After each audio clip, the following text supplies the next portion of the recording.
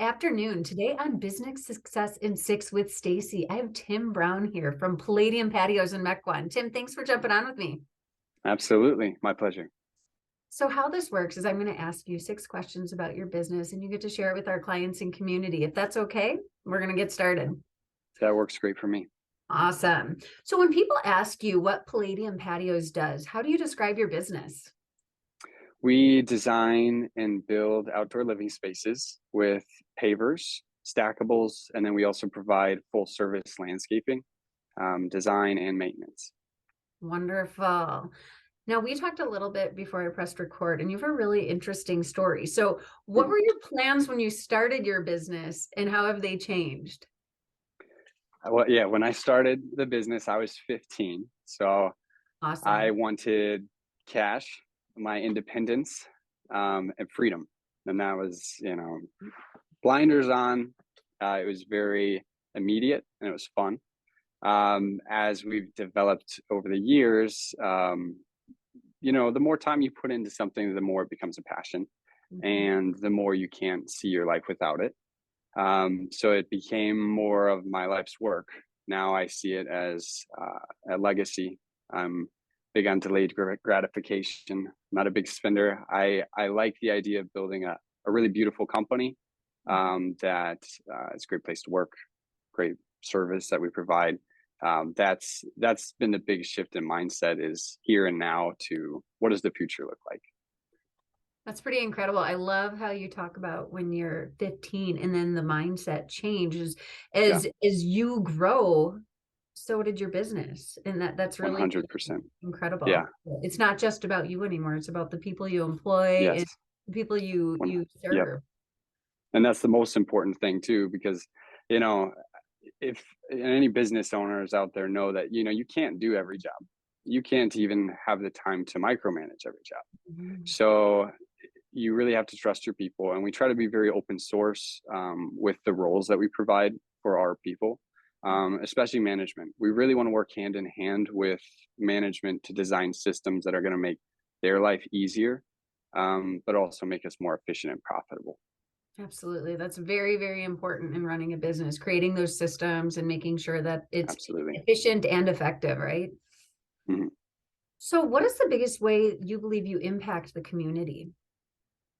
We spoke about this a little bit earlier, but I think that, we're a smaller company. We haven't built a baseball field up the block or anything yet, but we have gotten to cultivate a lot of young leaders.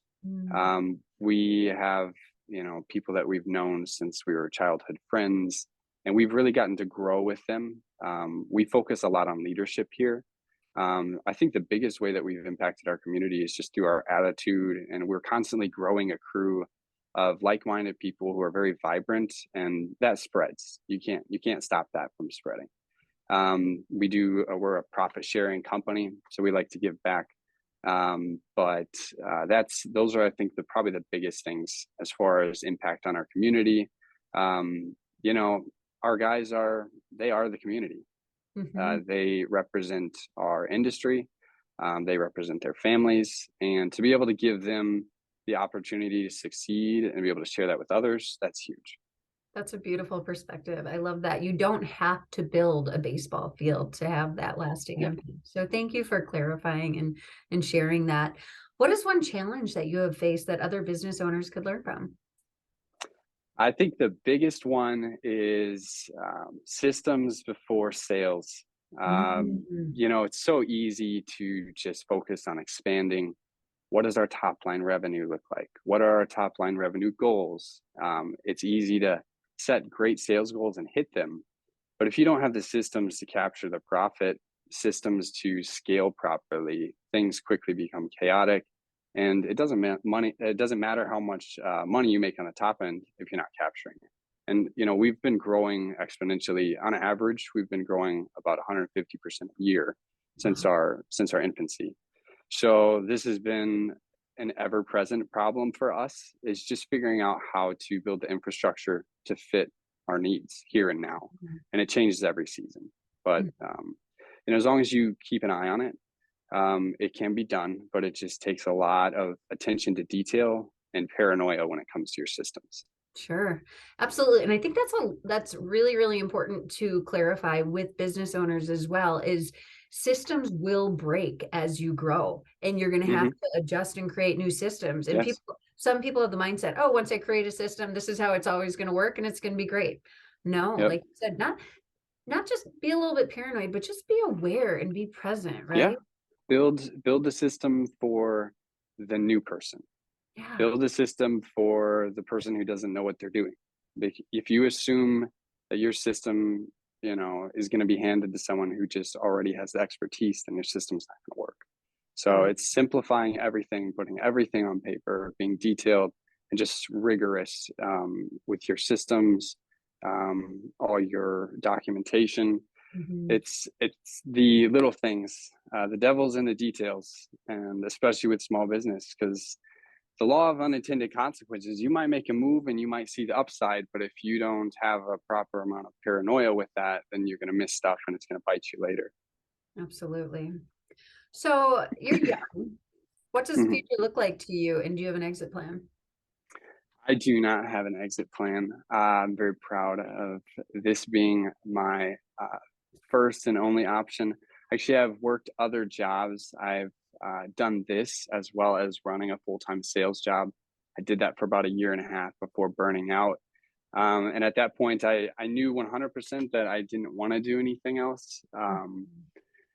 I I think that the future is so bright that for me to distract myself with other opportunities right now, I'm very distractible. Shiny things. Me too. I started a sister company actually about a year and a half, 2 years ago called Palladium Cleaning. Oh, Um, and my goal at that time was to start basically a branch of Palladium, one per year. So a cleaning company, pressure washing company, etc. mhm. And I have learned over time that no matter how much energy I have, I'm young, I'm ambitious. Um, Nothing compares to finding your niche, finding your wave, and riding it, and being sure of what you are and what you need to do, instead of getting distracted by all the little things. And the future is very bright here, so I don't want to have an exit plan. I figure if anything ever changed dramatically, uh, I'm a can-do person. There's a lot of things I could get into. So yeah, no exit plan. That's beautiful. Very, very inspiring. And speaking of inspiring, all subjects open. What inspires you most? My wife and kids, by far, are the biggest cause of inspiration. The beautiful thing about having a family is that you know the game goes to another level immediately, right? Because it's not just accountability to yourself, but you have people looking at you, mimicking you, expecting you to be better, and when they're beautiful people on top of that, you have no choice but to be a good person. And I I love I love that my son likes coming to the office. He likes running appointments with me. He's 6. His name is Caden, and my daughter's 3. She was in the office this afternoon. I got to have lunch with her. My wife works hand in hand with us. She runs all of our back end stuff. She does all of our accounting, invoicing, customer care. She manages more than I can even keep track of. Wow. Without her, we'd be lost. And she's a beautiful person, Gabby. I've been married to her for 7 years, and we met when we were 12 and 13. So yeah, it goes deeper. Yeah, That's we met. We actually moved to Wisconsin. I moved from Michigan, and she moved from Ohio at the same time, and we both ended up at the same tiny school. And we met on a field trip, and I was head over heels first thing. And by the time we were graduating high school, we knew that we wanted to get married, so we did. And it's been the best decision I've ever made. Second would be sticking to this business and making it work. But I also find a lot of inspiration in endurance sports. So the last couple of years, last 4 years, I have been getting into marathons. 2019, I ran my first marathon. I ran a couple more in 2020, 2021. And then last year, I did my first half Ironman. Wow, in congratulations. July. Yeah, it was really, really cool experience. And then this September 10th, I'm doing a full Ironman. Oh, wow. I find that, it seems like another task, and sometimes it's hard for me to understand why it makes so much sense. But for me, having something that is pushing me to my physical limits, and making me be in tune with my body, and taking care of myself that way, and having goals outside of work, it really feeds into the same discipline that's needed to wake up and grind at the office, have conversations with guys. It's all the same type of attitude. Mhm. You have to build a regimen for it. You have to be disciplined. You have to have systems. You can't do an Ironman without it. So, with that kind of supplementing in mind, that's how I try to live my life. My word for this year is ethos. You know, it's one thing to focus on business. It's one thing to focus on athletics. You can do a lot of different things, but I think that when you find the truth that you're searching for that runs through all of it, Mhm. um, whether it's just the achievement, the accolades, whatever interests you. For me, it's just knowing that I gave my best.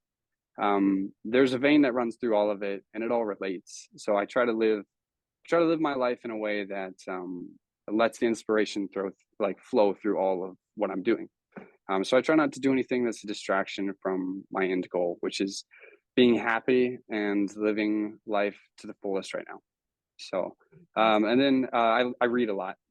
Last but not least, that's kind of everybody gets inspiration from books, but that has transformed our business, and our modeling for the last 3 or 4 years. I try to read at least a book a month. It's all based on strategy, business books, self-help books, anything that I can get that I think is effective for communicating with people.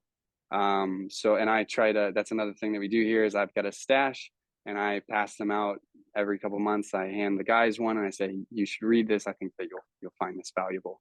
That has been a huge inspiration. Biographies too, as reading someone else who's done it, who's been through something hard and has succeeded. It's good to have role models. Absolutely. Absolutely. That's all very, very inspiring. And when you talk about it runs through your veins to have great things everywhere, I'm sure that Palladium Patios exhibits that as well. So if somebody wants to get in touch with you or in touch with the Mhm. business, what is the best way for them to do that? The Yeah, website, social? website, Thank 100%.